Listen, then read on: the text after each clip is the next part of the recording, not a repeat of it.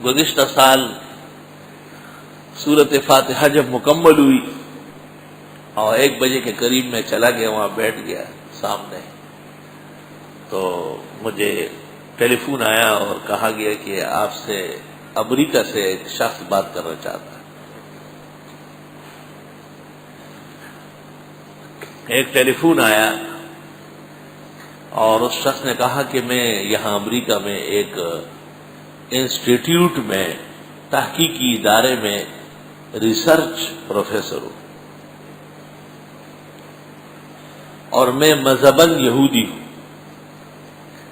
مگر میں یہاں کشاف اور بیضاوی پڑھاتا ہوں،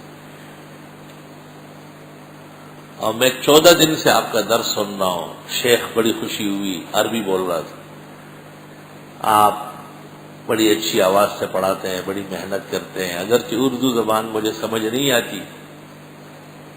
لیکن آپ کے عربی اشعار، عبارات، ان کے انتظار میں بیٹھا رہتا ہوں، اور ان سے مجھے آپ کی اردو سمجھنے میں سہولت ہو جاتی ہے۔ اس وقت یہ مسئلہ بیان ہوا، 4-5 گھنٹے آپ پڑھاتے ہیں، بڑی ہمت ہے، یہ وہ۔ میں سمجھ گیا کہ کام کی بات تو آگے آئے گی، اس کے لیے تھوڑا فون کیا ہے۔ اس کے بعد کہا کہ غیر المغضوب علیہم کے اندر آپ نے کہا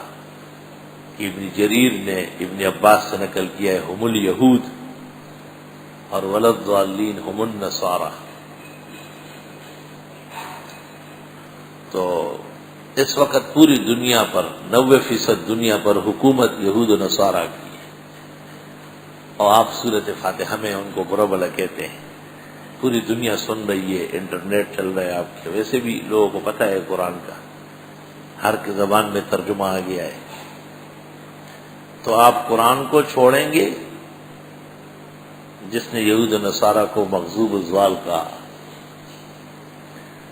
یا ان سے جنگ کرنے کی صلاحیت پیدا کریں گے؟ اس وقت پوری دنیا کے مسلمان ایک دن بھی جنگ نہیں کر سکتے۔ میں نے کہا کہ میں شکریہ ادا کرتا ہوں کہ آپ نے اتنی طویل محنت کی اور اتنی بڑی ابتلاء و آزمائش، ایک غیر مانوس اور اجنبی زبان اردو میں صبح سے شام تک درس کو آپ سنتے ہیں، اور آپ کے علم دوستی اور علوم اسلامیہ کے ساتھ جو آپ کی وابستگی ہے وہ قابل تحسین ہے۔ آپ کی اس ہمت مردانہ پر میں آپ کو داد دیتا ہوں،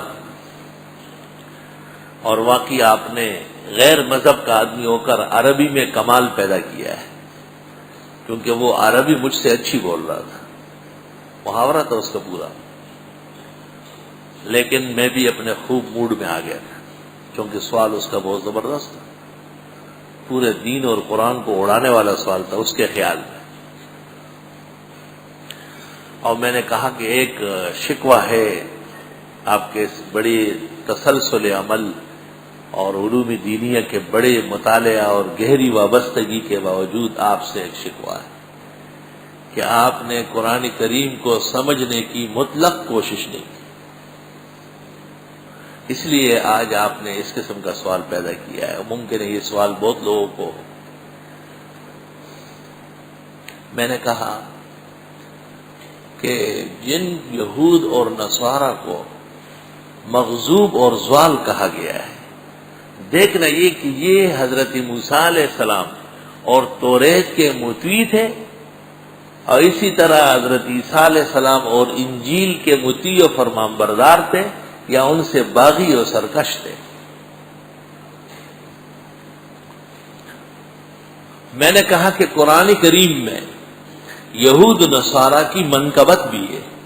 لیسوا سواء من اہل الکتاب امۃ قائمۃ یتلون آیات اللہ آناء اللیل وہم یسجدون۔ یہ لیسوا سواء، اللہ فرماتا اہل کتاب سب ایک جیسے نہیں۔ ومنہم من ان تأمنہ بقنطار یؤدیہ الیک، اتنے دیانتدار ہے کہ خزانہ دے دیں گے، شام کو واپس دے دیں گے۔ اور قرآن کہتا ہے کہ ان میں ایسے حق پرست ہے کہ یعرفونہ کما یعرفون ابناءہم، اور قرآن نے ان کے علماء کی منقبت کی ہے، یعلمہ علماء بنی اسرائیل۔ میں نے آیتیں برسائی، ساری آیت یہود نصارہ کے جو علماء کی منقبت کی تھی وہ ایک طرف سنائی، اور میں نے کہا جب یہ موسیٰ علیہ السلام اور اپنے اپنے پیغمبروں کے نافرمان ہو گئے تو قرآن کہتا ہے جعل منہم القردۃ والخنازیر وعبد الطاغوت لعن الذین کفروا من بنی اسرائیل علی لسان داؤد وعیسی ابن مریم کانوا لا یتناہون عن منکر فعلوہ۔ اب میں نے کہا قرآن کہتا ہے فباؤوا بغضب علی غضب، اور قرآن ان کو کہتا ہے مثل الذین حملوا التوراۃ ثم لم یحملوها کمثل الحمار یحمل اسفارا، ایسے توریت اٹھائے پھر رہے ہیں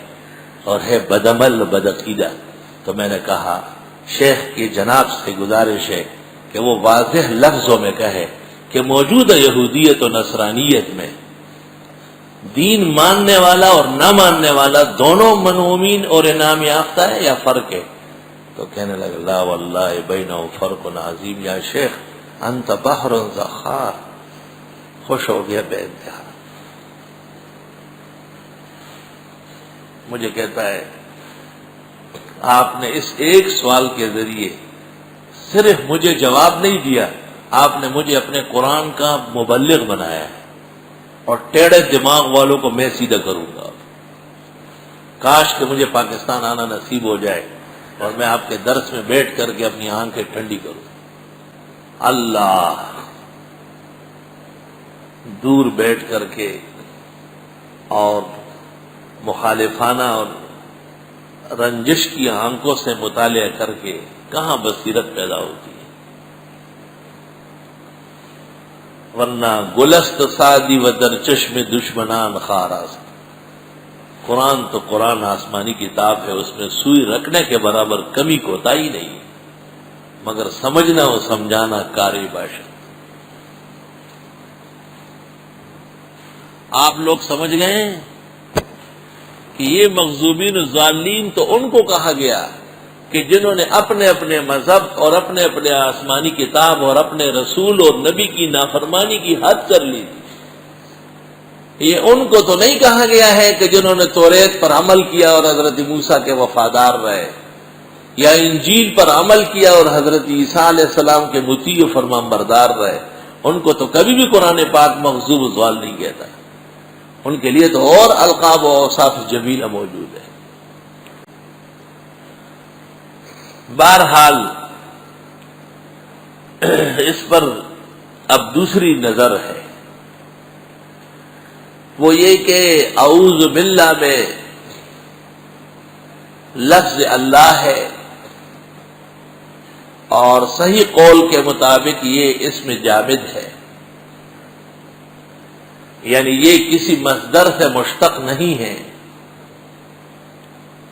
افسوس ہمارے درس میں علماء بیان کرتے ہیں یہ سیبوے نے کہا ہے، اور سیبوے امام محمد کے شاگردوں کا شاگرد ہے،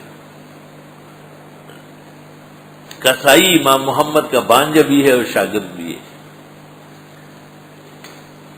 اور سیبوے ایک واسطے دو سے ان کا شاگرد ہے۔ تفسیر زاہدی میں لکھا ہوا ہے لفظ اللہ در حقیقت اسم جامد است، مشتق از مصدری نیست، و این قول امام محمد ابن الحسن شیبانی است۔ امام محمد نے کہا تفسیر زاہدی لا الہ الا اللہ، اس ایک لفظ کے لیے میں نے تفسیر زاہدی پر 8 لاکھ روپے خرچ کر کے اس کے وجود کو عام کر دیا